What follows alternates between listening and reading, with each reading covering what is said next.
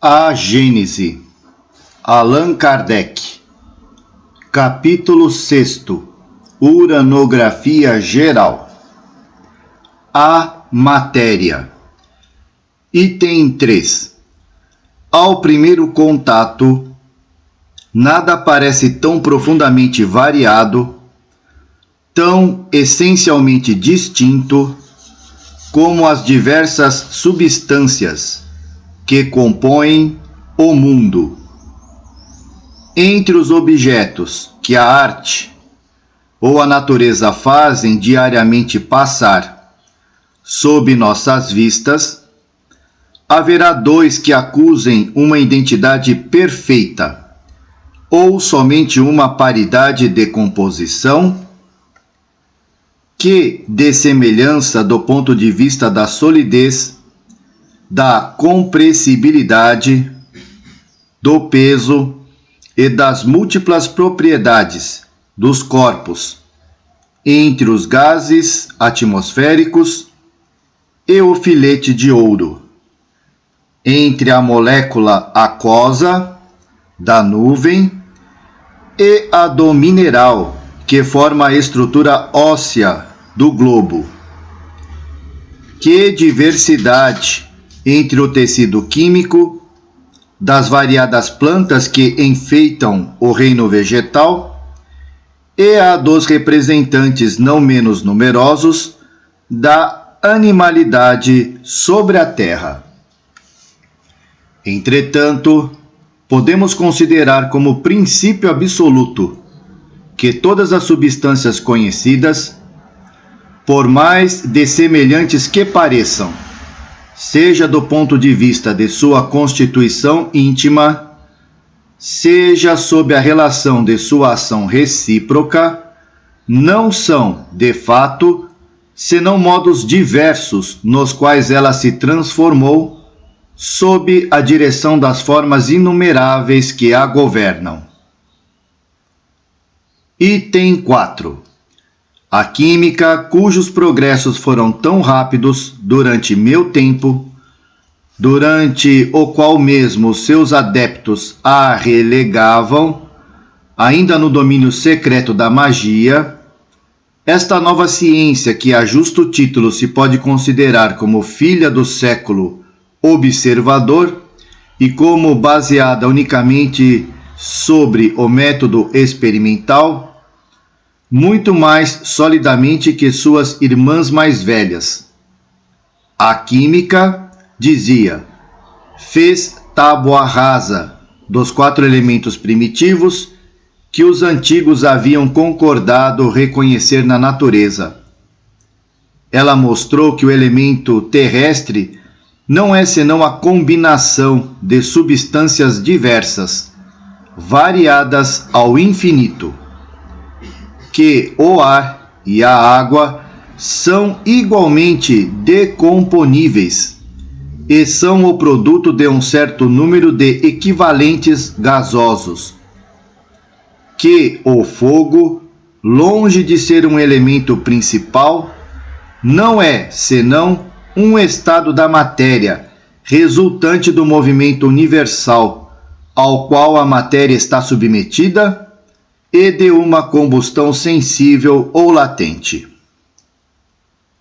Em compensação, ela fez surgir um número considerável de princípios até então desconhecidos, os quais, mediante suas combinações determinadas, lhe pareceram formar as diversas substâncias, os diversos corpos que ela tem estudado, e que agem simultaneamente segundo certas leis, e em certas proporções, nos trabalhos realizados no grande laboratório da natureza.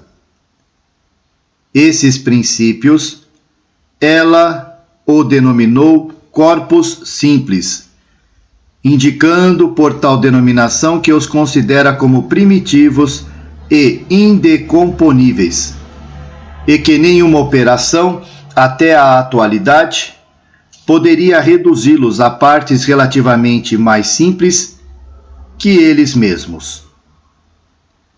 Abre parênteses, nota.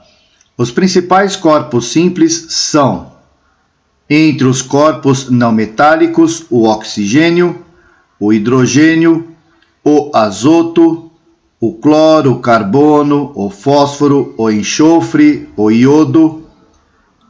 Entre os corpos metálicos, o ouro, a prata, a platina, o mercúrio, o chumbo, o estanho, o zinco, o ferro, o cobre, o arsênico, o sódio, o potássio, o cálcio, o alumínio, etc. Fecha parênteses. Item 5. Porém, no mesmo lugar em que se detém as apreciações do homem, mesmo ajudado por seus sentidos artificiais, os mais impressionáveis, a obra da natureza continua, onde o vulgo torna a aparência pela realidade, onde o prático suspende o véu e começa a distinguir o começo das coisas, à vista daquele que pode discernir o modo de ação da natureza, não vê nos materiais constitutivos do mundo, senão a matéria cósmica primitiva, simples e una, diversificada em certas regiões na época do seu nascimento, repartida em corpos solidários durante sua vida, materiais desmembrados um dia no receptáculo da imensidade, mediante sua decomposição. Item 6. Há questões como essas, as quais nós mesmos, espíritos amorosos da ciência, não poderíamos aprofundar e sobre as quais não poderíamos emitir, senão opiniões pessoais, mais ou menos conjeturáveis. Sobre tais questões, ou me calarei, ou justificarei minha maneira de encará-las. Porém, esta não pertence a tal número.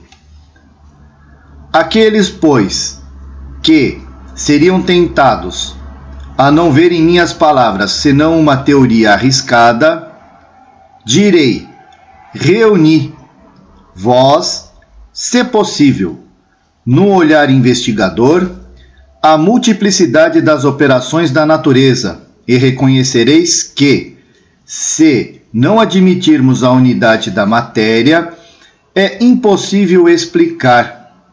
Já não direi unicamente os sóis e as esferas, mas, sem ir mais longe, a germinação de um grão sobre a terra, ou a produção de um inseto. Item 7. Se observarmos uma tal diversidade na matéria, é porque as forças que têm presidido as suas transformações, as condições nas quais elas são produzidas, sendo ilimitadas em número, não poderiam deixar de ser ilimitadas as próprias combinações variadas da matéria. Daí decorre que, quer a substância que consideremos pertença aos fluidos propriamente ditos, isto é, aos corpos imponderáveis, ou que elas se achem revestidas dos caracteres e das propriedades ordinárias da matéria. Não há em todo o universo senão uma substância primitiva, o cosmos, ou matéria cósmica, dos uranógrafos.